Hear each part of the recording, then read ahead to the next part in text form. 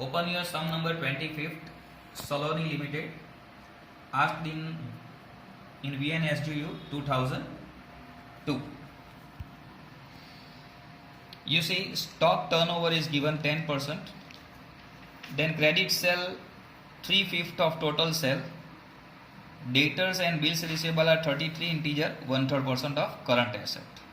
So don't worry, whatever they have given you, don't miss our step. Our first step is our calculation. So sales not given, COGS, so GP, operating expense, EBIT minus interest. Here you see interest. Two types of long-term debt are given in the sum. Debenture 3 lakh of 10% and bank loan 2 lakh of 10%. So total 5 lakh. So 10% of 5 lakh. 50,000. It is called profit before tax. Then tax. So the final answer, profit after tax. And 5 lakh final profit given after deducting 60% tax. So here you have to understand. Suppose, let me say, profit before tax 100 and 60% tax. So the final answer 40. Right? So your step is 40 net profit. So 100 profit before tax, 5 lakh net profit. Then what is the total profit? So 5 lakh into 100 divided by 40,000. The answer is 12 lakh 50,000.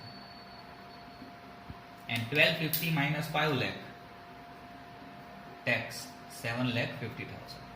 Again go inverse, 1250 plus 50, so 13 lakh. Now stock turnover is given. So with the help of stock turnover, find the COGS. Formula is COGS upon average stock. Stock turnover is 10 times COGS. Average stock means opening plus closing divided by 2. So 370 plus 3 lakh, total 670 divided by 2. So 3 lakh 35,000. So COGS 33 lakh 50,000. Now they have said in the second line, adjusted purchase. Adjusted purchase is nothing but COGS. It is 67% of sales. Again, let me assume sale is 100, then 67 COGS. And we have the amount of COGS now, 33 lakh 50,000. So your step, 67 then 100, 33 lakh 50,000. Then how much? The answer is 50 lakh.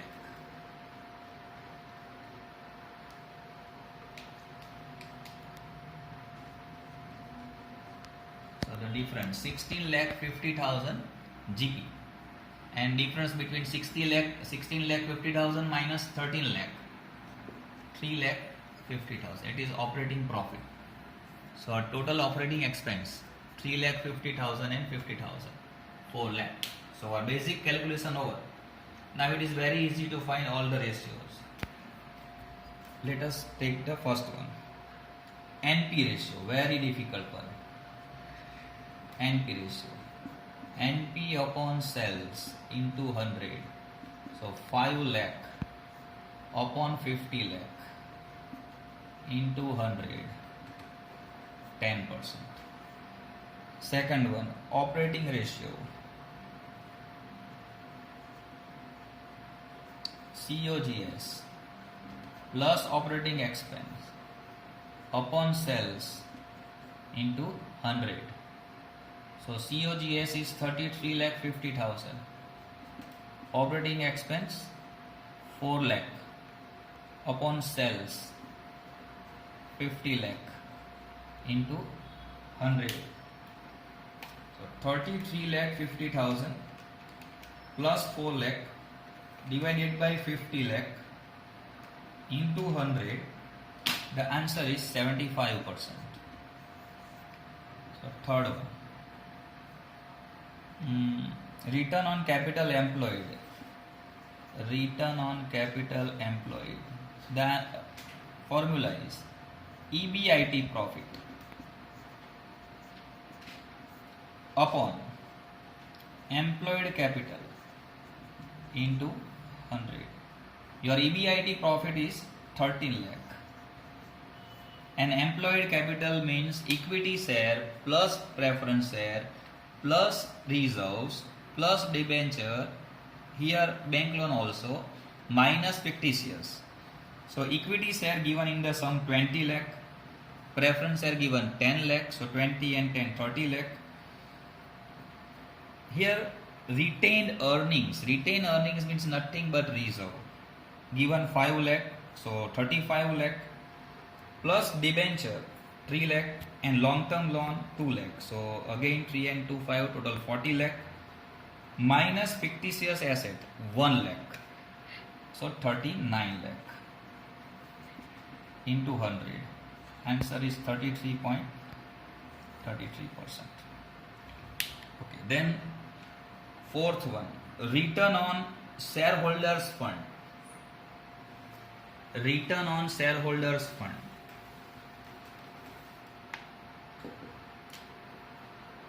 Fourth one, return on shareholders fund. Net profit minus or upon owners fund into 100. Net profit 5 lakh. Owners fund means equity share capital plus preference share plus reserve minus fictitious, means only difference between employed capital and shareholders fund is here we in this 39 lakh we are consider outsiders loan, for example debenture and bank loan, while here just remove outsiders loan 3 lakh and 2 lakh 5 lakh, so 39 lakh minus outsider means debenture and bank loan 5 lakh, so your owners fund will be 34 lakh into 100. So 5 lakh divided by 34 lakh into 100. The answer is 14.71%. Now fifth one, return on equity holders fund.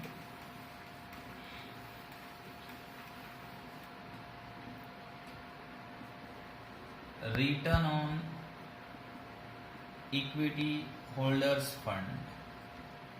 The formula is net profit minus preference dividend, because they have said equity holders fund, upon equity holders fund into 100. So net profit 5 lakh minus preference share capital given 10 lakh of 10%, so 1 lakh preference dividend. Again I repeat, in employed capital we consider equity share, preference share, retained earnings, outsiders loan minus fictitious. In shareholders fund we just remove outsider means debenture and bank loan. If equity shareholder given, then again remove preference share, then it is called equity holders fund. So 34 lakh minus 10 lakh of preference dividend, so 24 lakh into 100. So the answer is 5 lakh minus 1 lakh means 4 lakh divided by 24 lakh into 100. Answer is 16.67%. And the last one, debtors ratio. Formula is debtors plus bills receivable upon credit sales into 360 days, so 360 In the second adjustment, they have said debtors and bills receivable are 33 integer 1/3% of current asset, and your current asset is 15 lakh. 1/3 part of 15 lakh is 5 lakh. Same way, credit sale are 3/5 of total sale. Total sale 50 lakh, and 3/5 part of 50 lakh is 30 lakh into 360. So 5 lakh into 360 divided by 30 lakh. The answer is 60 days.